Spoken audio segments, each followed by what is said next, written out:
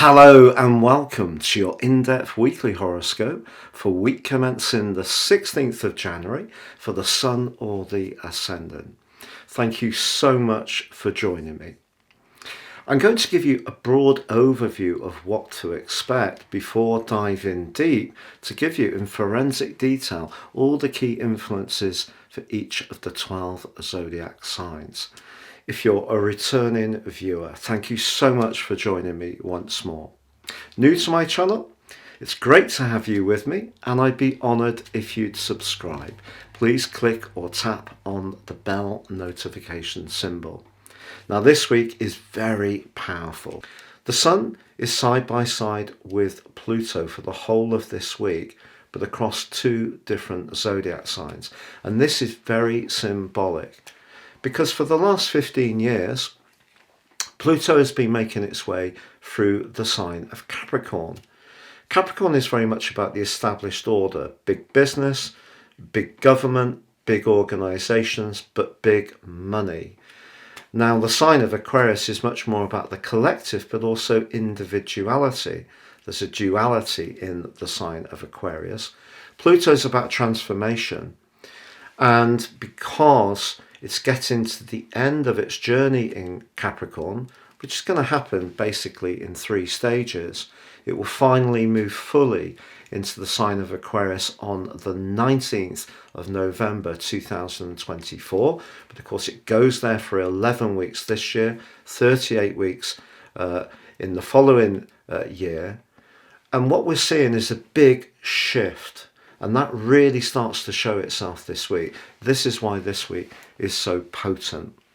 And of course there is then on Saturday, a new moon in the sign of Aquarius, forging a disassociate conjunction with Pluto in Capricorn.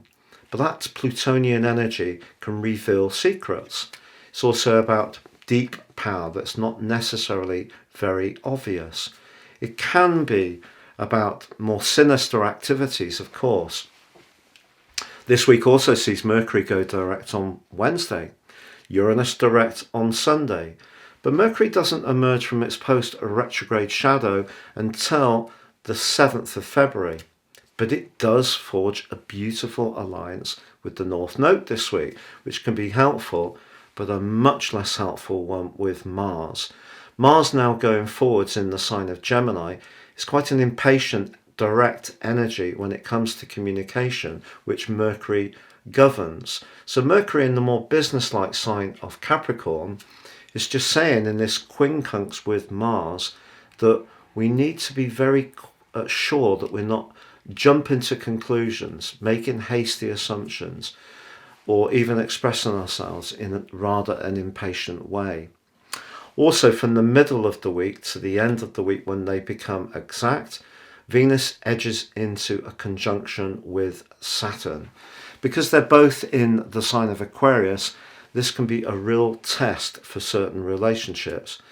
But for those people who are very committed and very hardworking, Saturn can help to bake in that commitment even more. So it could be a time when some people actually firm up their commitment much more. But the key to this week, of course, Mercury going direct and Uranus going direct, is that energy will start to move. And because the Sun moves on Friday into the airy sign of Aquarius, I feel that also is going to see lots more information flowing around. So I think that's very welcome. But also we are seeing some very big changes about how we live, how we interact, how we earn money, how we relate to power in general. So that's the key background to this week. If you would like to learn more about natal astrology rather than just this zodiac forecast, if you give me 3 pieces of personal birth data of time, date and place of birth, I can produce a 12-month forecast for you that's totally unique to you. But in my special package of 30% off, you'll also get your crucial life roadmap report. This really helps you to understand some of the patterns that you've experienced over and over in your situation. Perhaps some of these have been quite challenging, others have given you real opportunities. If you get a more intimate understanding of those, you can steer your moves more successfully going forwards. Now, in this special package, you can also get your free 12-month general forecast in terms of your zodiac sign, but also your Chinese forecast and your Indian forecast for year 2023. Please see the link below. So Sagittarius, your week commencing the 16th of January forecast sees Mercury go direct in your sector of everyday money. But this is also the area of self-worth. If you've been thinking a lot about your attributes or perhaps your vulnerabilities through the retrograde, it may have been an opportunity to reprogram some of your responses. With the Sun combining with Pluto in this area, I feel that what you've been going through in a big way over the last 15 years since Pluto moved from your sign into Capricorn has been very much about finding your foundational point in a way which really feels comfortable and meaningful to you. So I feel that Mercury going direct and the Sun combining with Pluto can actually be very positive. Where it could get a bit tense is that Mars in your 7th house is in a discordant angle with Mercury despite it going forwards. So if you need to discuss joint finances, that could still be a bit of a ticking point. But words are going to come more easily to you with the Sun's arrival in Aquarius. The new moon of Saturday gives you an opportunity to articulate yourself with real clarity over the following month.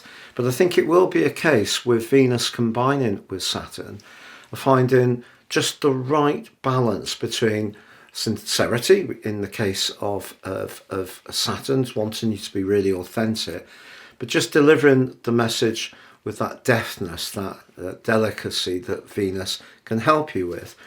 Uranus going direct is also going to be very good for your health, because since August the 25th last year, I feel if you have felt a bit ragged at times, finding it more difficult to sleep, perhaps it's been to do with a sense of overwhelm about just keeping up with all the different demands, whether it's your personal situation or the demands of those people close to you or your work. It just has been a time where you may have felt a bit stretched out. So I think that can ease. But if you do have a conversation with someone new, particularly if there is some kind of spark of attraction, it is going to be really important to just be totally yourself and really submit to the process. And that way I feel that if it doesn't work out with the person you encounter at the end of this week, it's keeping you free to be available for the person who's really right for you. So in other words, don't try too hard to make a good impression, and find that nice balance between being charming but also being your usual very frank self.